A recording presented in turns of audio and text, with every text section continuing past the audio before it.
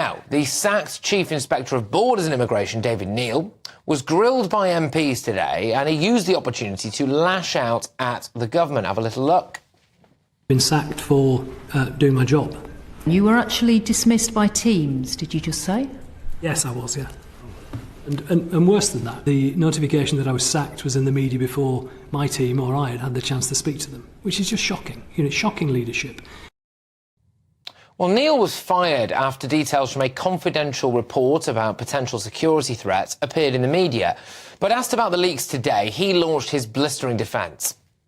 Legislation doesn't require us to comment to the Daily Mail, but it does. You did, though, didn't you? It does require us to expose. I think there is a higher calling here that it does require us to expose, what's going on. And if there's something going on that I think is, a risk to the country, then I think there is a duty to expose it. Well, I'm joined now by Dr. Mike Jones, who is the executive director of the think tank Migration Watch, which campaigns for lower immigration. Now, look, when it comes to immigration, Mike, do you think the Home Office is fit for purpose at all? Are they doing quite a bad job? Yes, they are. You've got to remember Mr. Neal is a patriot. He was trained at Sandhurst, he served with NATO, he was responsible for the inspection of various UK detention facilities, yet he broke his silence because there were numerous reports, around 15, that were kicked into the long grass. They weren't published. They gathered dust at Whitehall.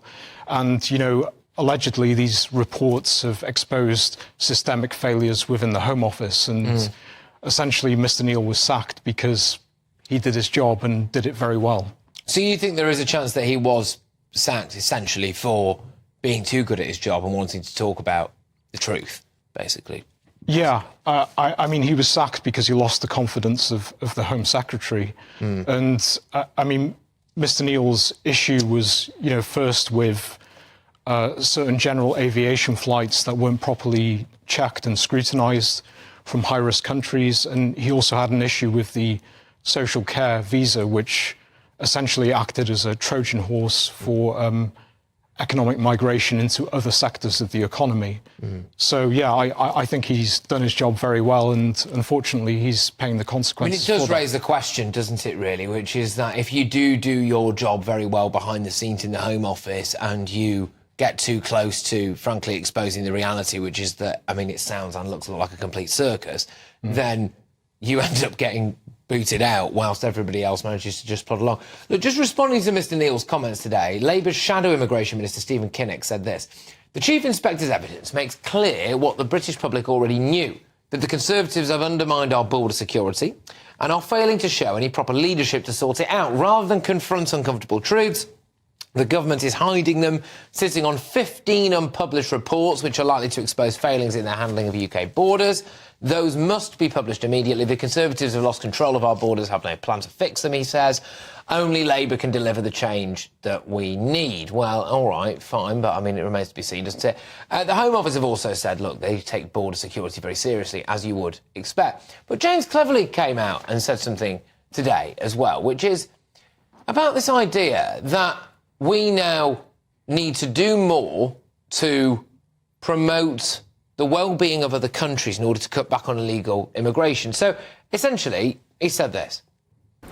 Well, the point I was making is that the proper management of immigration is not just a national issue, it's an international issue.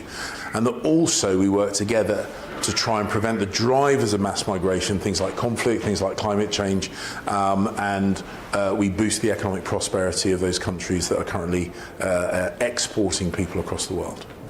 Look, I think this is a massive question now, right, which is that does the British taxpayer have a responsibility to pump what will inevitably be tens of billions of pounds into poorer, worse countries in order to stop people leaving those countries to come here illegally, do you think?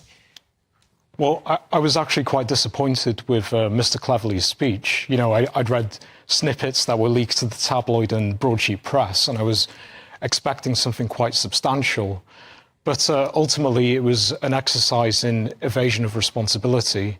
Mr. Cleverly said that, if we level up developing economies, then that will reduce the pull factor in terms of illegal migration.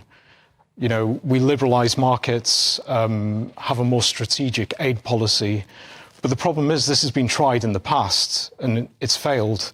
Now, international aid does make a difference at the margins, but it's not going to revolutionise developing economies. The problem with developing countries, particularly in Africa, is their dependence on primary commodity exports. You know, that underlies issues with debt and their marginalisation from overseas markets. But that's going to require massive internal reform. You know, a few strokes of the Whitehall pen and increasing international aid is not going to make a substantial difference to the pull factor. Ultimately, if you want to stop illegal migration from developing countries, you need to look at domestic laws. Yeah, you've got to control your own borders. Precisely, whether that's the Human Rights Act or membership of the ECHR.